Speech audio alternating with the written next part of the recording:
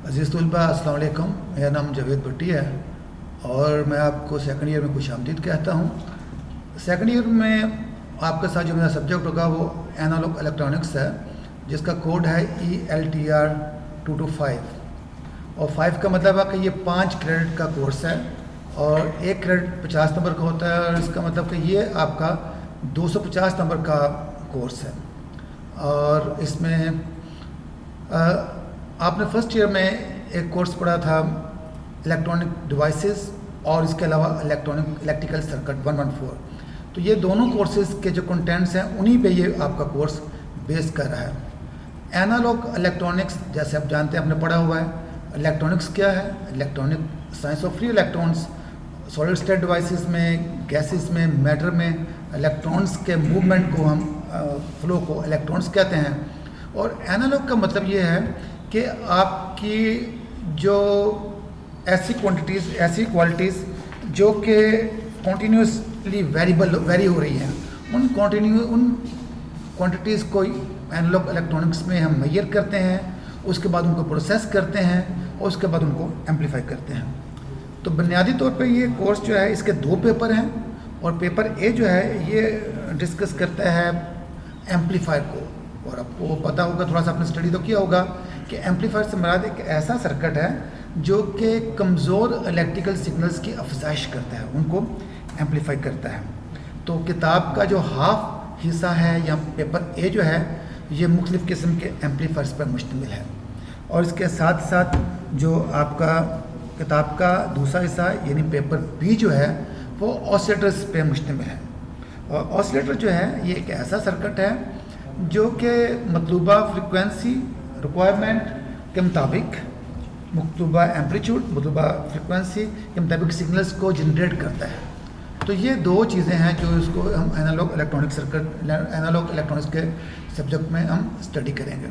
तो इस कोर्स का जो बुनियादी एम ये है कि आपको ट्रांजिस्टर और फील्ड इफेक्ट ट्रांजिस्टर पर मुश्तमिल जो एम्पलीफायर्स हैं उनके बारे में हमारे डिस्कस किया जाए और एम्पलीफायर्स को किस तरह हमने कपल करनी है। किसी जगह पे हमें ज़्यादा गेन की ज़रूरत है तो हम वहाँ 2, 3 या इससे ज़्यादा भी एम्पलीफायर्स लगाते हैं, उनको कैसे हम कपल करते हैं।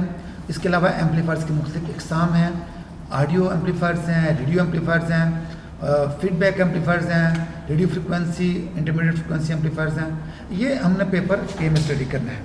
और उसके बाद जब आप पेपर बी की बात करेंगे, पेपर ए भी 75 मार्क्स का और पेपर बी भी 75 मार्क्स का है। और पेपर बी में हम स्पेसिफिकली आ जाएंगे ऑसिलेटर सर्किट्स पे। और ऑसिलेटर सर्किट्स जो हैं, ऑसिलेटर सर्किट्स ऐसे सर्किट जो कि इलेक्ट्रिकल सिग्नल्स को पैदा करते हैं। फिर उसके बाद मुख्तलिफ़ किस्म के ऑसिलेटर्स को हम स्टडी करेंगे। ऑपरेशनल एम्पलीफायर्स हैं, उसके अलावा हमारे पास साइन वेव ऑसिलेटर्स हैं, नॉन साइनसॉइडल ऑसिलेटर्स हैं, मल्टी वाइब्रेटर्स हैं और उसके अलावा फंक्शन जनरेटर्स हैं, श्मिट ट्रिगर्स हैं। ये तमाम के तमाम पेपर बी में हम स्टडी करेंगे। हमारा जो पहला चैप्टर होगा वो इंट्रोडक्शन टू एम्पलीफायर होगा कि एम्पलीफायर जो है, ऑडियो एम्पलीफायर और कैसे काम करता है, किस तरह हम स्मॉल सिग्नल्स को कि वो अफजाइश करता है, उसको एम्पलीफाई करता है और इसके लिए हम उसको DC सप्लाई भी मुहैया करते हैं। उसकी कॉन्फ़िगरेशन स्टडी करेंगे, वो कैसे काम करता है। उसके बुनियादी जो है एम्पलीफायर्स की इकसाम, बुनियादी एम्पलीफायर का बुनियादी स्ट्रक्चर जो है वो हम स्टडी करेंगे क्या। और चैप्टर 2 में फिर आगे जाके हम एम्पलीफायर्स की कपलिंग के तरीक़ों को सीखेंगे। जिस तरह हम चैप्टर 1 में होता है वोल्टेज एम्पलीफायर, उसके बाद चैप्टर 3 में हम पढ़ेंगे ऑडियो पावर एम्पलीफायर्स। जिस तरह आप देखते हैं कि मसाजिद में एम्पलीफायर्स लगे होते हैं।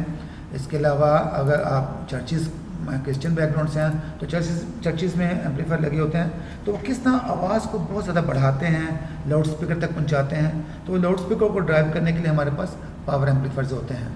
चैप्टर जो हमारा 3 के बाद जो चैप्टर 4 होगा उसमें हम फीडबैक एम्पलीफायर्स इस्तेमाल करेंगे। फीडबैक असल में ऐसी टेक्निक है जिसमें हम किसी सर्किट का, किसी सिस्टम के आउटपुट को वापस इनपुट पे दे के सारे उस एम्पलीफायर को कंट्रोल करते हैं और हमारा गेन जो है उसका कंट्रोल रहता है।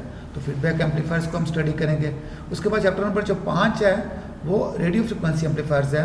जिस तरह ऑडियो फ्रिक्वेंसी एम्पलीफायर्स होता है जो आवाज़ की फ्रिक्वेंसी को एम्पलीफाई करते हैं, और रेडियो फ्रिक्वेंसी एम्पलीफायर्स ऐसे एम्पलीफायर्स हैं जो रेडियो फ्रिक्वेंसी जो कि 30 किलोहर्ट्ज़ से ऑनवर्ड 30 गीगाहर्ट्ज़ तक की रेंज है उनको एम्पलीफाई करते हैं। तो इसमें हम रेडियो फ्रिक्वेंसी एम्पलीफायर्स जो है जो कि रेडियो रिसीवर्स में, टेलीविजन में, मोबाइल फ़ोन्स में इस्तेमाल होते हैं उनको हम स्टडी करेंगे। चैप्टर 6 जो है वो इंटरमीडिएट फ्रिक्वेंसी एम्पलीफायर है, जो कि ऐसे एम्पलीफायर जो ऑडियो फ्रिक्वेंसी और रेडियो फ्रिक्वेंसी के दरमियान की फ्रिक्वेंसीज़ को एम्पलीफाई करते हैं। ये इनको हम कहते हैं ये ट्यून्ड एम्पलीफायर होते हैं, तो इनको स्टडी किया जाएगा। तो फिर चैप्टर 7 से बेसिकली हमारा पेपर 2 जो है वो शुरू हो जाएगा। तो ऑसिलेटर को स्टडी करेंगे बुनियादी तौर पे, ऑसिलेटर क्या काम करता है, सिग्नल्स की जनरेट करता है, उनको जनरेट करने के तरीक़ों को हम जो है वो स्टडी यहाँ पे तो करेंगे। ऑपरेशन एम्पलीफायर, फिर उसके अलावा आगे ऑसिलेटर्स की मुख्तलिफ इकसाम जो हैं उनको हम स्टडी करेंगे।